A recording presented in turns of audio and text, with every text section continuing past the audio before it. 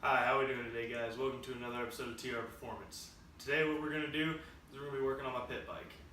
Basically what we have to get going is whenever I pull the throttle, it likes to bog out, and it also likes to rev really high and stay revving for a couple minutes until it dies back down. So we're going to try and troubleshoot those issues and get it fixed. Stay tuned. The backstory with this bike is last summer I got really bored and I wanted something to do. I wanted a little bit of a project to work on that wasn't going to be too expensive. So I bought this pit bike. It had a running engine, but it didn't have any of the wiring or anything. All the plastics were fucked up. I had to get new cover for the seat. I did new grips, new brake.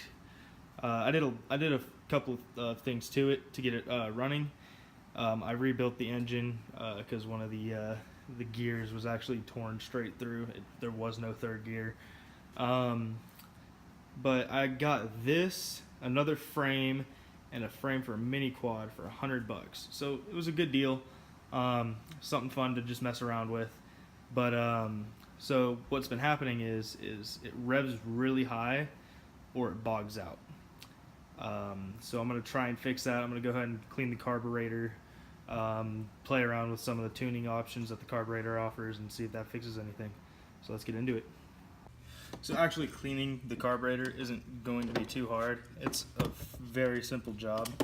The first thing I'm going to go ahead and do is I'm going to take off this air filter right here. That's very self-explanatory. You just get a screwdriver, unscrew the hose clamp, and take it off. So now you're left with just the carburetor.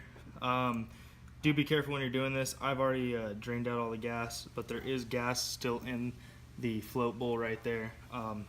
You're going to want to go ahead and get your Phillips head screwdriver, not a flathead.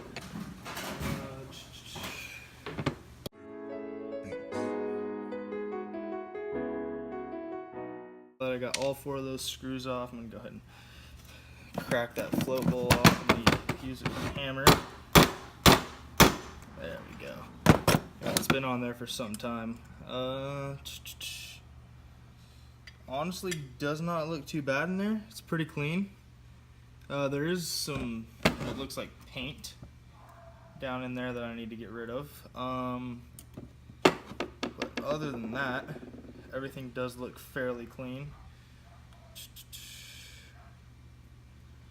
Alright, I'm going to go ahead and take off the main jet right now. You're going to want to be very careful with the jets because they can get stripped out. And then the pilot jet right here. A lot of the times when things go wrong, it is the pilot jet getting clogged up because it is such a small hole. However, actually, the pilot jet is clogged up, so there's one thing. There's my main jet. Get the carburetor cleaner.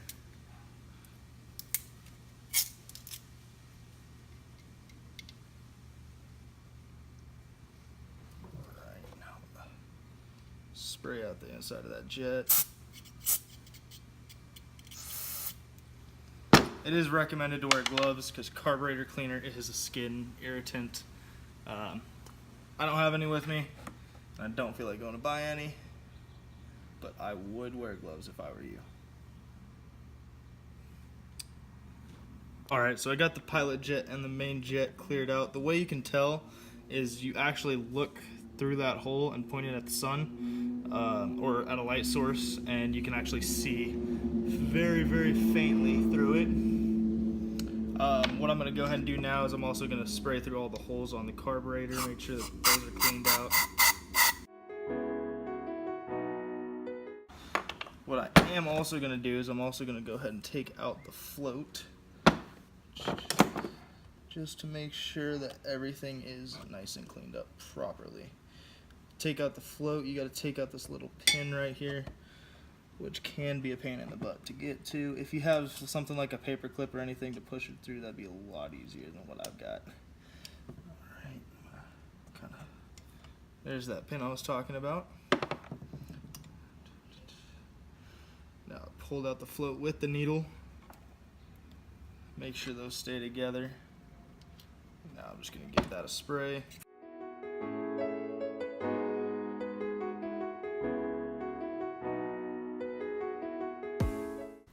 Alright, so I'm going to go ahead and put the jets back in.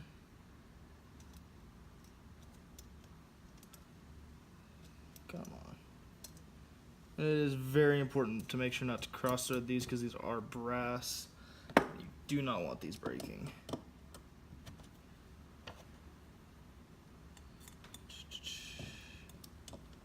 Especially the pilot jet because it's so much skinnier than the main jet is. You can just get that nice and snug in there, not going to tighten it down way too much. And I broke it, just like I said not to. Flabbergastic. Sweet. So that pilot jet just snapped right there where you screwed in. I can't even find the piece that snapped off. But that's great. Guess I'm going to go ahead and put the flip bowl back on.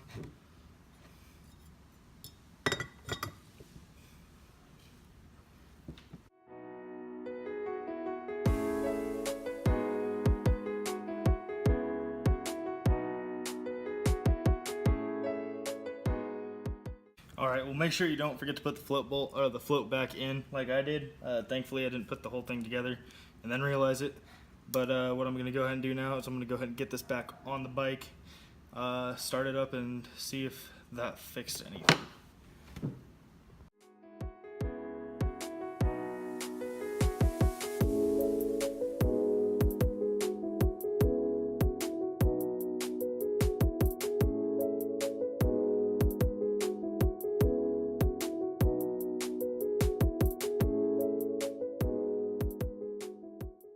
Alright, so the carburetor's back on the bike.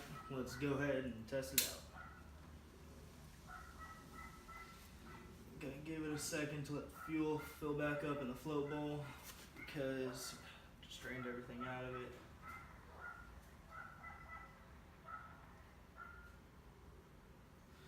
Alright, let's try and kick her over.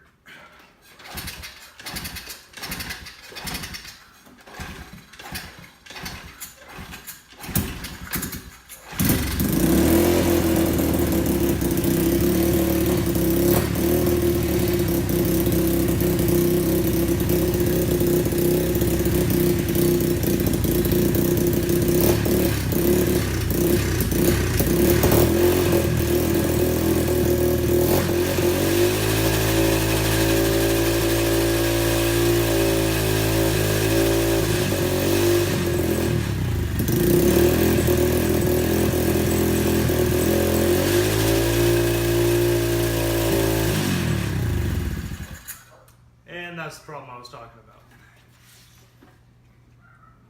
So it's still kind of bogging a little bit. Was not fixed by cleaning out the carburetor. What I'm going to go ahead and do is I'm going to go ahead and play with a few of the adjustment screws that there are. I've got the idle adjustment screw right over here, and then way back here under a spot that is completely impossible to reach in the very back of the carburetor. Right there is the air fuel mixture screw. So I'm going to go ahead and play around with those and see if I can get it to work.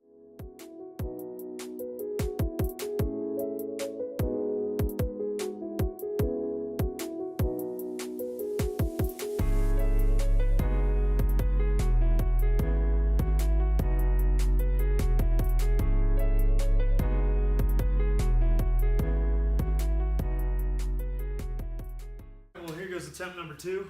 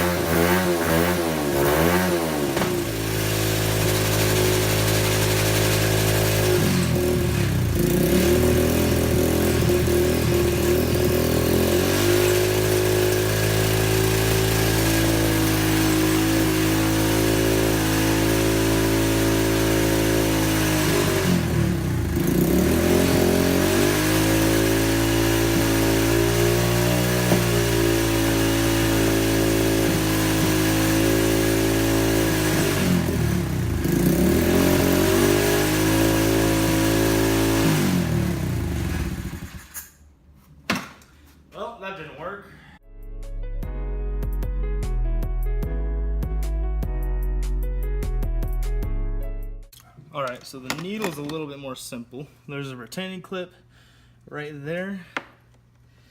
I'm gonna get that out, let's just push it down. Boom, there's my retaining clip. And here's my needle. So there's 5 different settings you can set it at. If it'll focus, focus, focus, focus. I don't think it's gonna focus, but you can kind of see the notches. I have it on one extreme, so I'm gonna go ahead and put it on the other extreme to see if that is what's causing the issue.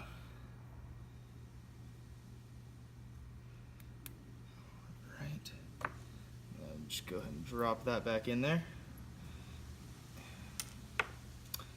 And I have some C-clip pliers. So go ahead and squeeze those and stick that down in there. And I use my flathead. You gotta make sure as well that this notch lines up with that notch so that everything will get back in perfect. So go ahead. Alright. So I've got that most of the way in. Oh crap.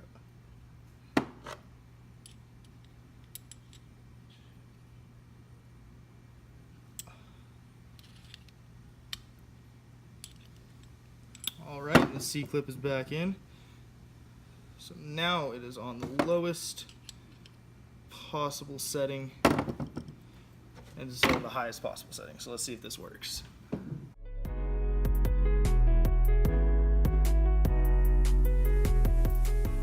Alright, so this is attempt number 3.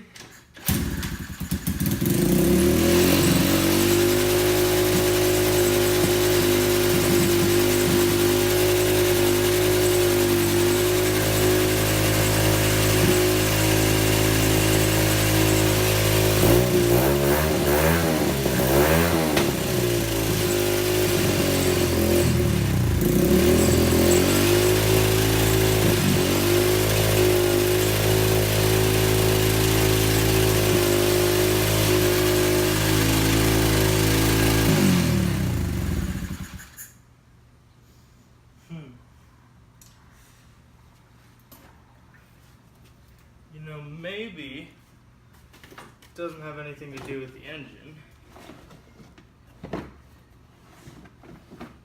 Maybe what's going wrong is the CDI box, which is up underneath here.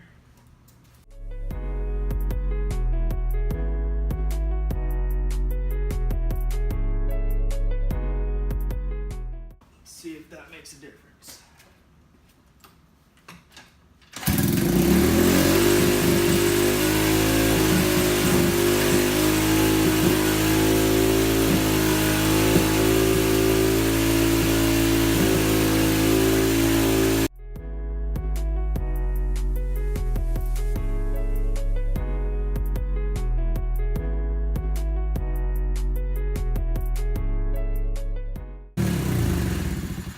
Alright, well already it's running a lot better. I'm going to see if I have another CDI box to try on it. Well, I just took the pit bike for a short ride. It did very well actually. There was no point where it tried to bog out.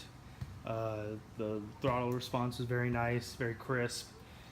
The only thing is, it is a little loud when idling. The idle adjustment screw really hasn't changed anything with that.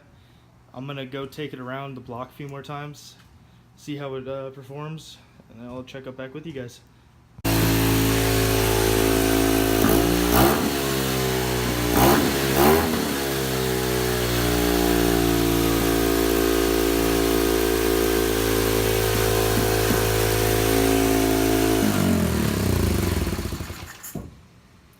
So the bike still idles really high, but driving it around sounds good when it's driving, sounds good when it's in gear, sounds good when there's throttle on it. Later on I'm going to figure out that idle issue, see if there's anything I can do about that. Other than that, there's nothing really else I can do with the pit bike right now. The problem with the pit bike was the CVI box. It's still revving a little higher than I would like it to, or idling a little higher than I would like it to. Other than that, it's riding good. The throttle response is good. It's not bogging anymore. So I got all those problems fixed. Again, thank you guys for watching today. Please like and subscribe, share with your friends, and remember, build what you dream.